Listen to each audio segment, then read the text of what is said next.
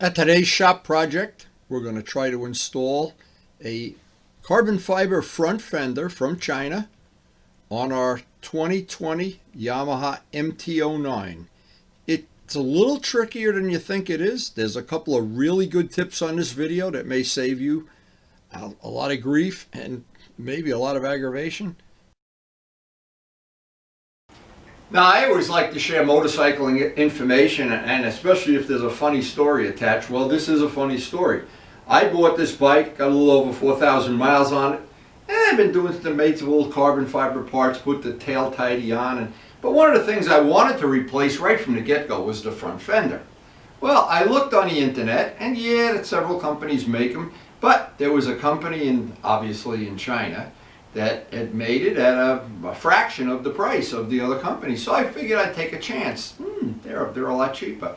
Well, and I didn't even care about the finish on it for a simple reason. If the finish is dull or not up to what I want to do, I'll just do my own finish, clear coat it and buff it out, and make an instructional video on how to do that. So it's a win-win-win.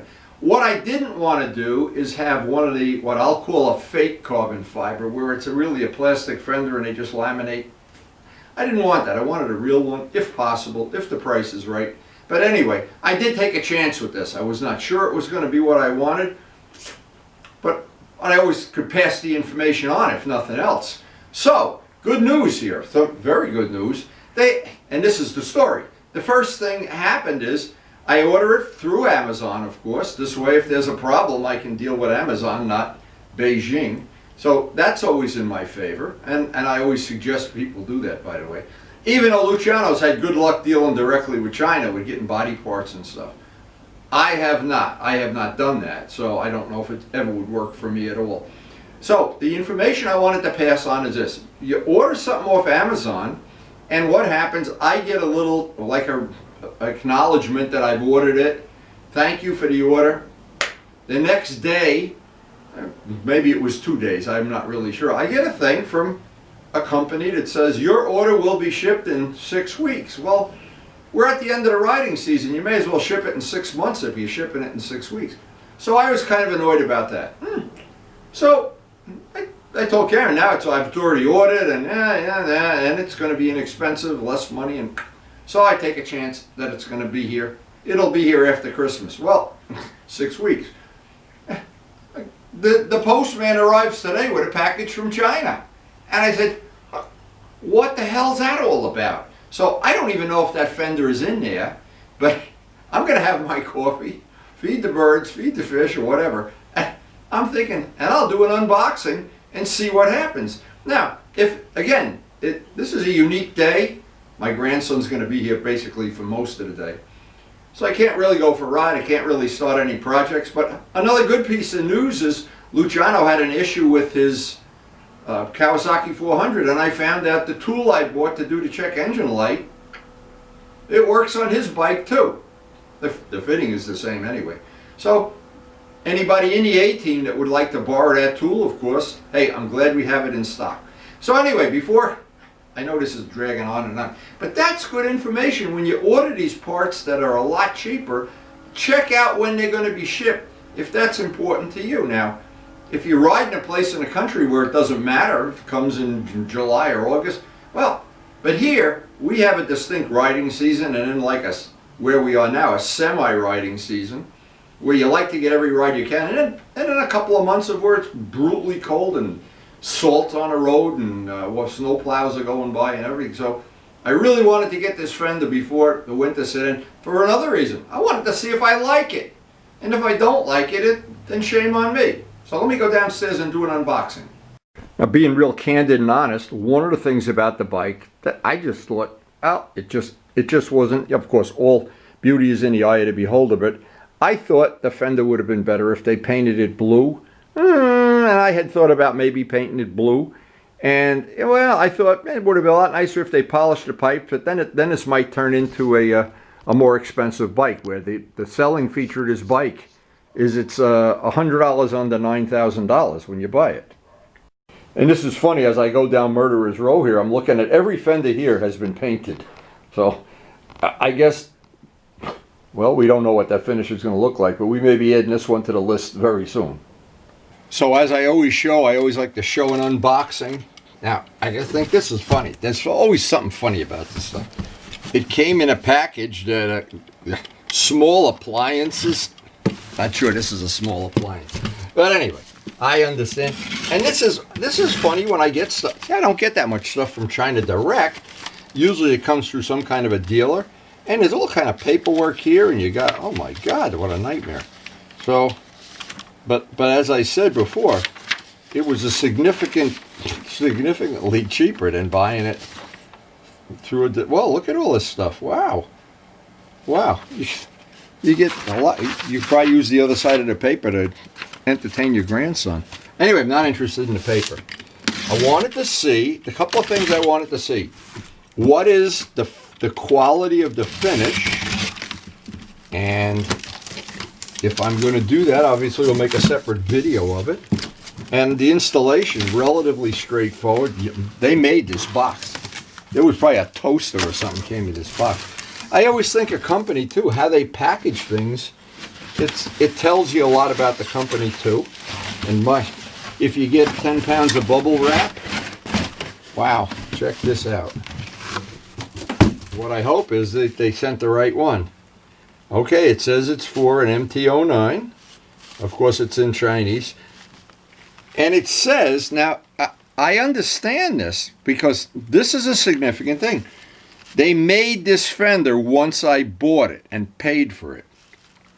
Because they checked, or else they make these in bulk and whatever, that you could get this made in twill or plain, glossy or matte. Well, I don't want anything. I don't have to have matte. I wish the MT-09 was a more glossy part. It will be very soon. This will be one of them too. So let's see what they consider glossy now. Usually they make a part like this in a reverse mold. If they're really high end, they'll vacuum bag it. This way it won't have any wrinkles in it or anything. And again, we'll see.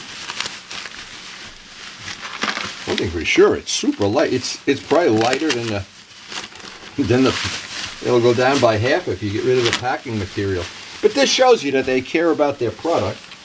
And I wish this was the kind of thing where I could deal with them outright, you know, without Amazon. But once I do, maybe I'll try to make a contact and get Amazon out of the loop, and maybe they'll give it to me cheaper if I send them the link to my video.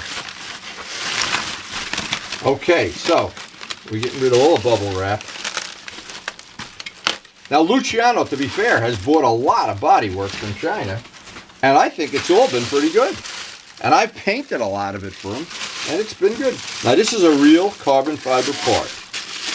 Okay, I can tell by looking at this. Yes, they did. They vacuum bagged it. Okay, and the finish, I don't even think this will need refinishing. I didn't even wipe it off. Wow. Now, I'm looking for, this is a vacuum bagged part. There's no pinholes whatsoever. This doesn't even need to be refinished. So I think here I probably just saved myself $100. So anyway, that is absolutely outstanding. So I'm going to give this company a 5-star rating. And if there's a way, I don't know if there's a way I can contact them and say, you guys are doing okay. It is no damage to it at all. It was well packaged. It does not have to be. I don't see any reason to refinish it. Maybe I'll run a little bit of flitz on it just to protect it. But you look at that finish and tell me that's beautiful. So the next part of this is, and I can't do it today because I have other things to do, but I'll try to put this all in one video. I'll try to get this installed on a bike in the next couple days. Just for anybody who is not familiar with vacuum bagging a part, the way you can tell if a part's been vacuum bagged, and the idea of the vacuum is, Midgley would notice, of course, other people that have done that similar stuff, it pushes all the fibers. Everything gets squeezed out. Actually, this looks like a very high-end part. This looks like something that would be, you know, just on a very high-quality airplane or motorcycle or whatever. So, and well, here's the other thing. A lot of them, the cheesy ones, they'll put e-glass in the inside because the carbon fiber is usually a lot more expensive. But again, I have to really take my hat off to the guys that made this. And this is the finish that's in the mold. They put mold release in there, and they lay in the finish and then vacuum bag it. There's not a pinhole in there. That is beautiful. That is, you know, like when you say these things exceed. Here's another thing. The MT-09 has exceeded my wildest dream. This part is only going to make it better. And in every way, I'm looking at this, and that is beautiful workmanship. And this is called Twill, by the way, and it'll match the parts that I already made for nose section as a free benefit. Anyway, well, we're going to wait until we get a day to install this. This video is going to go over more than one day. So I'm just making a crude copy of this because here's the price, and here's the Fender, and it's on Amazon. It's actually right on the front page now. When I bought this, it wasn't on the front page. They've moved it around. I guess it's a bestseller. But that's the name of the company, SMOKU. And I got it direct from Amazon. And the price was, final price, $148.99. Now, this is the part. Fastest delivery. I'm not sure about that fastest delivery. Usually ships within 2 to 3 weeks, and then you do it, and it ships within 4 to 6 weeks, and then it comes even quicker than that. That's kind of crazy, but again, it's a really good quality product and a really good price. Now, just to make the installation a little bit easier, I'll get it up on the stand.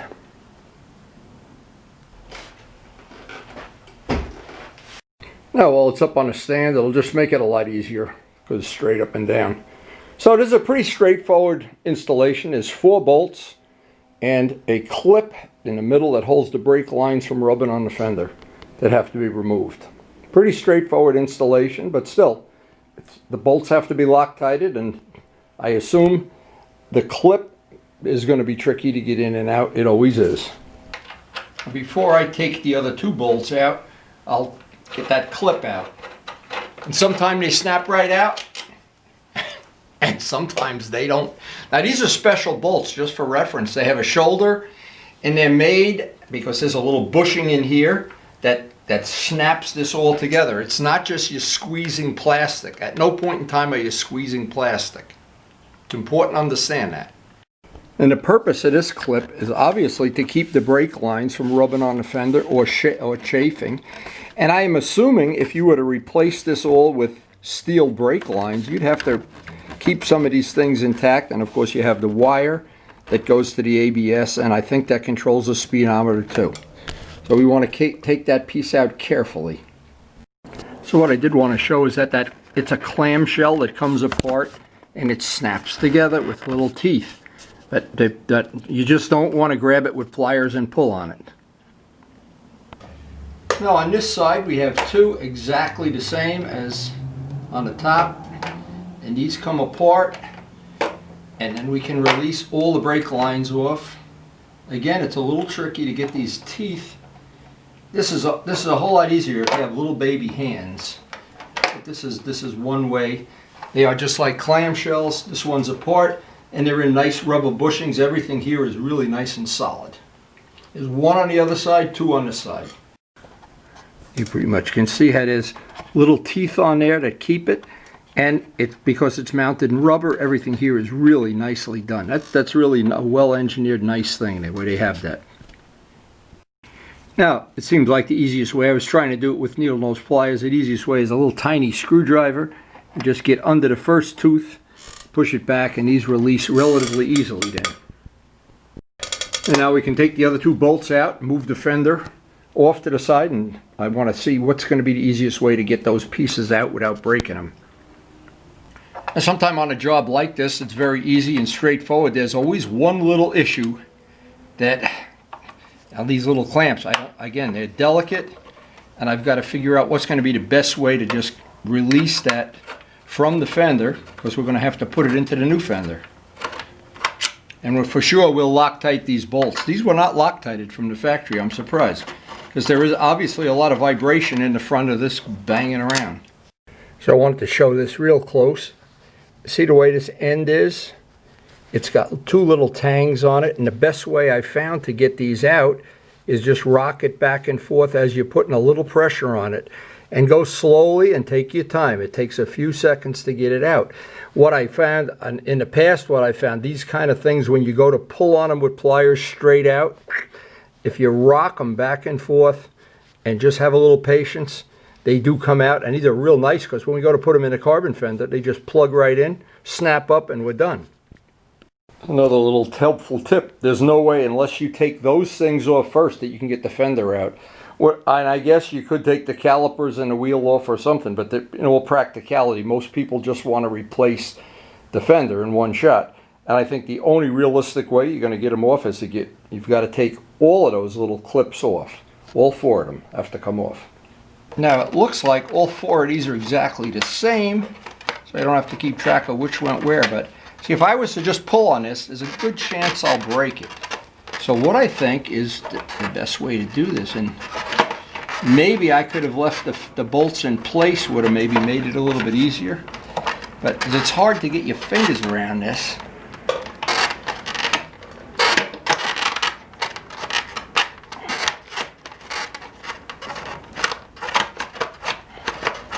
And you just have to rock it. And I wanted to show that basically in real time too, because if you just pull on it, these are really, they're very, well, I don't know how delicate they are. I didn't break one yet, but let's hope I don't.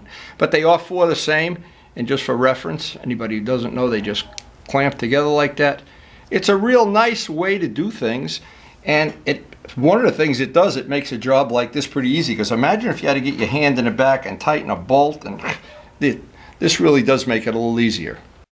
So we got all 4 of them out of here without breaking one anyway. And of course, to put them back in, easy peasy, they just get pressed in.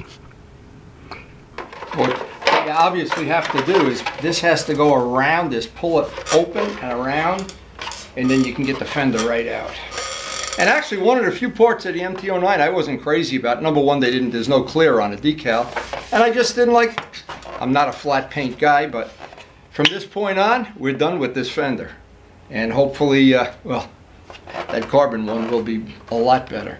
Now I see they have a thing here where they know that brake hose is going to rub here. So I may put a piece of my clear material on the fender if I see this is rubbing. First I'll see if it's rubbing first. So anyway, there it is. And that's as tricky as it gets. So there we basically have the before and the after. Now it's going to be interesting to note, and I want to check that these holes are all exactly the right size, and I'm sure they are. This was really a nice high quality part.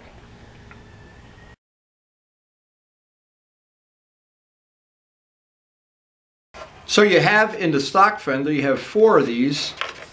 They're little shims, and this is a precision hole, which I hope, and if it isn't, I have a hand reamer. I can ream it out, because these are supposed to be a press fit. If you were to leave this loose, this would have a tendency to rattle around a little bit. We'll unpress these, and that's the last part we need off of that fender. And these, we'll see if these are going to snap right into the carbon part. Now, one of my goals when making any video is always not to leave out any parts, and I see this is not a really snap fit. So what I'm going to do is get a little piece of electrical tape and just hold these in position. Otherwise, you're going to really have a problem when you go to put these. They're going to keep falling out. So we'll try to, that's another nice little tip if you're doing this, or if you had some other way of holding them in place. Now, if that's not enough, I'll put a piece on the other side, and I'm leaving it loose enough so I can get in there once the bolts are out, once the bolts are tight, or I've got them at least in place, and I can just pull the tape away. But you really got to wiggle that around to get that on there. Well, but it does go on, and I don't want to scratch it, of course not. Here's where that little tip of putting those, right now those things would be falling on the floor, and if you don't have little fingers, or you don't have a pet octopus to hold all 4 of them in, I gotta tell you, that looks like it's going to fit perfectly. Now the next thing is to take our bolts one by one, get a drop of Loctite on them, and just make sure, wow, that really does look good. And the thread locker is just cheap insurance that these are not going to vibrate loose as time goes by. Now, every time I make a video, I try a couple of things. I try not to leave out any steps, especially critical steps. Or if along the way I find some little tip that may make your job, or the next person you work on your bike, the next time you work on it, see, you can remember that, hey, that worked great for Wendy, and or in one case of saying that didn't work at all. Every once in a while, that's the case too. So, but I do like having a Loctite on these bolts. So let me show you one thing that you might want to do if you would do this installation. These bolts are down to factory spec torque, and you can see if I move this, this still moves just a little bit. We have a little bit of clearance in here. So I'm going to look to try to make some kind of a little, I don't know, rubber or a metal washer or something that'll fit behind here, because that's something I don't want to have that. Now you probably, yeah, if you let that go, probably nothing bad would happen, but I just want to show this. Let me get around to the other side. This is something that I'm very fussy about this. That's something I don't want to have. So I'm going to figure a way of putting a spacer, a rubber spacer, something behind this, that little bit of play. Now probably when you put all of these little grommets back in, what'll happen is it'll mute it a little bit, but I really would like it to be perfect. Everybody that knows me knows I'm just overly fussy. So let me go figure this out. So what I did, I measured how thick the fender is where the bolts are, and the new fender is not that thick. So that's the reason that's doing it. Now obviously when they make this part, it's thinner because carbon fiber is a lot stronger. But they never accounted for, as good of engineers as they were and mold makers, they never accounted for the thickness of that part. And that's just one more little helpful tip, something you can pick up off of the video. And like I said before, I try not to leave out any steps or anything that I find I have to do to satisfy myself that the job is done right. So I basically have a choice of putting some washers behind here. I think that might be the answer. And we have very thin shim washers, so I can put just as many as I want. That's why it's always handy to have this kind of, I call it a junk box, laying around. Now with all four sides tightened up, oh, it's a rock now. You can pick up the motorcycle by it. Little detail, but it's something that, yeah, when you're chasing perfection, that's one little step you have to consider. Now we'll see how precision these holes are. I put a little bit of soap, a little bit of Dawn soap on this. These should, oh boy, that's beautiful. They should snap right in. Now this one contains that wire too, so the wire that goes to the front. So. Well, look who came to help me! Just in the nick of time, just when I need some help. Free labor. Oh my God, that'll make the job go a lot quicker. That's for sure. Feed them nice, feed them nice. Watch out, they come up and take your arm off. They're too big. They're too small to do that. You're supposed to be working on my motorcycle. I got to do all the work while you have all the fun. Oh, I think you won that race. Oh, I think I should get you a nice new MT-09. So it looks like we've had a little delay to our MT-09 fender installation, but we're always happy to take a little break when our grandson made an unexpected visit. Now, if you look carefully, I can show you a little trick. This is the wire that goes to the front wheel, and there's a special clip. It's not like the other four, but on this motorcycle, when it came from the factory, it was just up here holding nothing. So I moved it down to where obviously that's where it belongs. Maybe it's just a little oversight on the factory's part. But getting those little things in, a little drop of soap, Windex, they pop right in. Now this is a taper reamer. What happened, the holes on this side are undersized. I have no idea why, but they were just maybe a little bit of resin dropped in there, I'm not sure, but it didn't want to accept the little tang there the way it should. And again, with these things, they are delicate. I don't want to force them. Now, see, it's a precision fit, and I don't know why. They should just pop right in, and if they don't and you force them, you tend to break them or bend them or whatever. It's just easier to open up the hole a little bit with a taper reamer. So that basically completes the installation. There's a couple little things. I think I've covered them all on a video. I hope I have. Shimming those bolts, number one, and checking that you don't have the little wire plastic snapper. It should be down there and not up here. I'm not sure if that. I'm going to check next time I go to a place where they're selling these bikes and see if maybe they're all like that. Who knows? You know, that just because you work for Yamaha doesn't mean you don't have a little sip of sake once in a while. Anyway, I think we straightened that out. That is really a nice installation. Now, a little side benefit, it's a compliment to the carbon fiber parts we made from scratch. We made them from carbon cloth on one of my previous videos. Something you might be interested in if you're new to the channel. We do some carbon fiber work basically on every one of these bikes. Every one of them has some custom touches. But that is, I think, a quality part. The installation was really easy, and again, I have tried not to leave out any steps. So I try never to end any of my videos without thanking the healthcare workers, the COVID workers that have made our life possible, the health of my family possible, maybe health of your family too.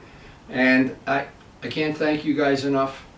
I do enjoy making the videos, editing them, and sharing them. I hope there's been some useful information if you're going to do up a carbon fiber fender or something similar on that. There's always a few little tricks. There's always a few little things that, and I hope I've covered them all. And I hope that'll save you a little time, effort, aggravation, or that you won't be drinking sake when you find out that they missed the part. Anyway, it's all beside the point. We are going to head out on the open road tomorrow with the bike, and I can't wait to see this out in the bright sunlight. We'll get some pictures tomorrow of tomorrow's ride. It's supposed to be a beautiful fall day. The leaves are still all orange around this part of the country. I hope you've got some beautiful scenery to ride through too. So, as I try to end every video, guys, I really appreciate you watching the video and sharing our little adventure, sharing our life, sharing our passion for motorcycles. And that's really what it's all about. So again, thank you so much for watching. Now, we do try to post up a video every day or so. Some days we do have some family stuff, as you can see, surprise visits from my grandson, or house fires to put out when he sets the house on fire. But basically, we try to work or ride motorcycles every day. It's our passion. We like sharing it with you. I do enjoy editing the videos. I do enjoy sharing it with my friends. And I enjoy the camaraderie and the passion for motorcycling. So I hope, again, that you have enjoyed the video and that you'll pass it on to some of your friends. And God knows, send me a $20 bill if you can. Anyway, thank you so much for watching. I really do appreciate it.